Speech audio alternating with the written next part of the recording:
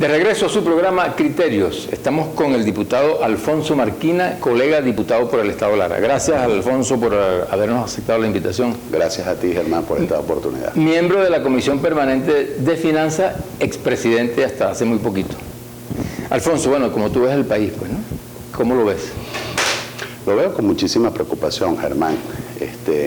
Creo que Venezuela hoy está en la peor crisis en lo económico, en lo social, pero también en lo político, en lo institucional, en lo ético, en lo moral, que requiere de una disposición de cambio, de una voluntad a la rectificación, como dicen los católicos, que haya un verdadero propósito de enmienda para que podamos tener, un acto de contrición para que podamos tener un verdadero propósito de enmienda. Y esto me refiero en términos generales, a gobierno, a oposición, pero en todo caso, el que tiene la mayor responsabilidad es el gobierno. ¿Pero tú no crees que la oposición también ha incurrido en alguna? Por eso te dije que ese acto de constricción tenemos que hacerlo tanto los que están en el gobierno como los que estamos en la oposición, pero sin ninguna duda la mayor responsabilidad es la del gobierno.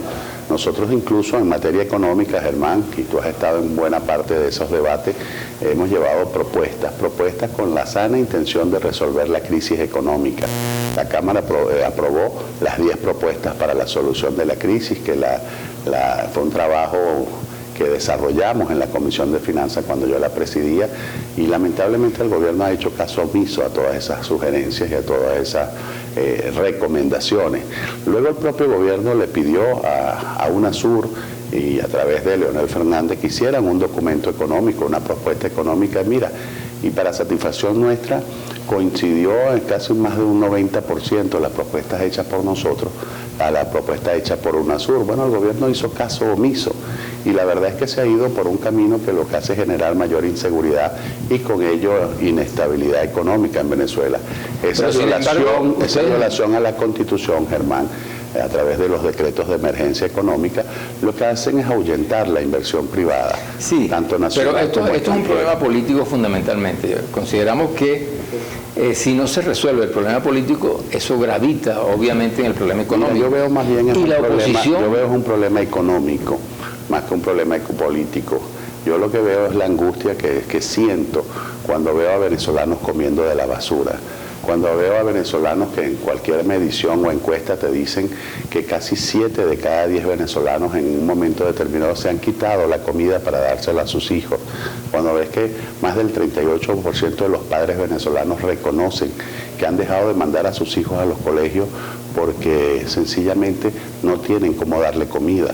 Cuando veo un incremento de casi un 30% en los partos pretérminos, porque las madres no solo no consiguen el ácido fólico, sino que incluso están desnutridas. Y eso lo he visto incluso en Carora, en tu tierra, sí, que de verdad, con muchísima angustia lo tengo que decir, porque no solamente es la madre desnutrida, es que viene un niño prematuro desnutrido. Pero está bien, Alfonso, pero esto obedece también a que la Asamblea Nacional en este momento, no puede ejercer de alguna manera pues esas actividades que son propias de la Asamblea, como es el control y las propuestas que hacen a través de la... Sí, pero la crisis económica de las leyes, ¿no? No es ni siquiera de este periodo. Vamos a dejar claro que esta crisis económica arrancó cuando teníamos el Parlamento anterior, cuando el precio petrolero todavía estaba casi $90 el barril.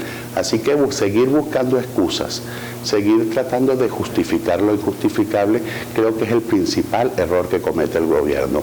El gobierno tiene que entender que es la propuesta económica la que ha fracasado y que mientras sigan insistiendo en esa propuesta económica, lo que vamos a ver es cómo se aumenta de manera exponencial todos esos índices de escasez y de inflación. ¿Qué propuestas hace la MUD con relación a eso? Bueno, yo te dije que entregamos un documento. El primero que tiene que hacer es restablecer las garantías constitucionales, el respeto al Estado de Derecho, la disciplina fiscal. El gobierno de Nicolás Maduro no puede seguir gastando más de lo que le ingresa, porque ese financiamiento a la expansión del gasto público irresponsable, suntuoso que hace el señor Nicolás Maduro, termina haciéndose a través de la emisión de dinero inorgánico, Germán. Mira, hace 4 años cuando el señor Maduro asumió el poder, la liquidez monetaria era de 444 millardos de bolívares, es decir, la cantidad de papel moneda que circulaba en la economía venezolana. Hoy está por encima de los 10 billones, billones con B de bandido. La diferencia es que hace 4 años, cuando habían 444 millardos de bolívares, las reservas internacionales eran de 29.800 millones de dólares. Hoy esas reservas están cerca de los 10 millardos de dólares, es decir, mucho más dinero circulando con menos reserva, que es el respaldo de ese papel moneda. Y eso es la razón fundamental de la inflación. Lo otro que tenemos que entender es que el gobierno nacional, por razones políticas, porque así lo han ellos esgrimido y reconocido en público, mantienen una serie de controles que no solo son ineficientes, sino que se han convertido en alcabalas para la corrupción administrativa, Germán. Nadie puede explicar desde este gobierno cómo en un país donde tienes control de cambio, control de la ganancia, control del precio, control de las tasas de interés, control de los costos, control de la distribución, sea el país con la inflación más alta del mundo. Hoy estamos hablando de más de 700% de inflación, y si sigue el gobierno con estas políticas económicas, el año 2017 la inflación puede estar por encima. No hay duda, bueno, nadie desconoce porque hayan problemas evidentemente económicos fundamentalmente, ¿no?, que gravita en todo lo que es la crisis que tenemos actualmente. Decimos e insistimos, reiteramos que hay un problema político de fondo en el cual la oposición debería también contribuir a dar salidas y respuestas, no desde el punto de vista de la agresividad con la cual se han comportado durante todo el periodo anterior y parece ser que en este. O sea, eso también no gravita entre lo que pudiera ser una respuesta a los problemas que tiene Yo quisiera que me dijeras cuál es la agresividad. En todo caso, una acción siempre trae reacciones.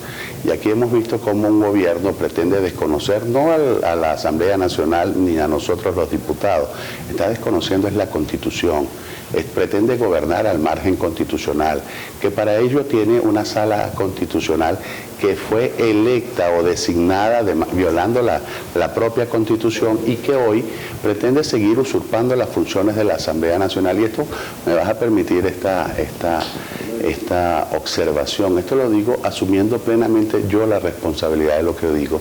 Esto lo que estoy diciendo no es responsabilidad de Germán Ferrer, ni mucho menos de Globovisión, porque hoy hemos visto también cómo se pretende silenciar, cerrar o sancionar a un medio de comunicación por la expresión emitida por un diputado. En todo caso, lo que yo estoy diciendo está a la vista de todos los venezolanos. Hoy, por ejemplo, Germán, y tú que eres diputado, yo quiero que tú le expliques al país cómo es que la Sala Constitucional se presta a que los venezolanos no reciban la cuenta de un gobierno. ¿Cómo es que también ese tribunal se presta a que conviertan el presupuesto nacional en una especie de partida secreta? Sabemos los antecedentes. Te pregunto ahorita, Germán, que fue el desacato, la sentencia del Tribunal Supremo que puso en desacato a la Asamblea Nacional. Tú que eres un diputado acucioso, preocupado, te pregunto, uno de los principales problemas, que es la alimentación, ¿cuánto está previsto en el presupuesto para el tema de la alimentación? ¿Cuánto está previsto en el presupuesto para atender el tema de la salud? No lo sabes, no lo sabe todo el país, ningún venezolano, solo lo sabe supuestamente el presidente de la República y la Sala Constitucional, que se restablezca el orden constitucional. Aquí las funciones de control lo ejerce la Asamblea Nacional. No puede el gobierno, utilizando a la Sala Constitucional, basado en una especie de desacato. Yo quisiera que me dijeran que esto, que es un tipo penal, ¿cómo es que se le impone a una institución y no a quien dirige la institución? ¿Cómo se puede utilizar eso como excusa para pretender desconocer la voluntad del pueblo de Venezuela?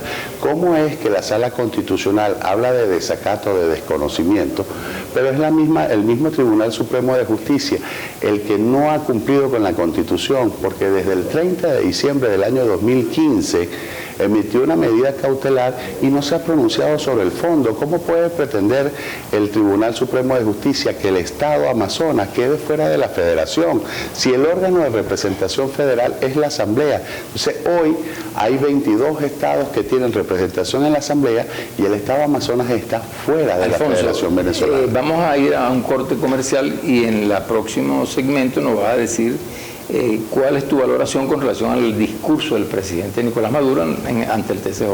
Ya regresamos.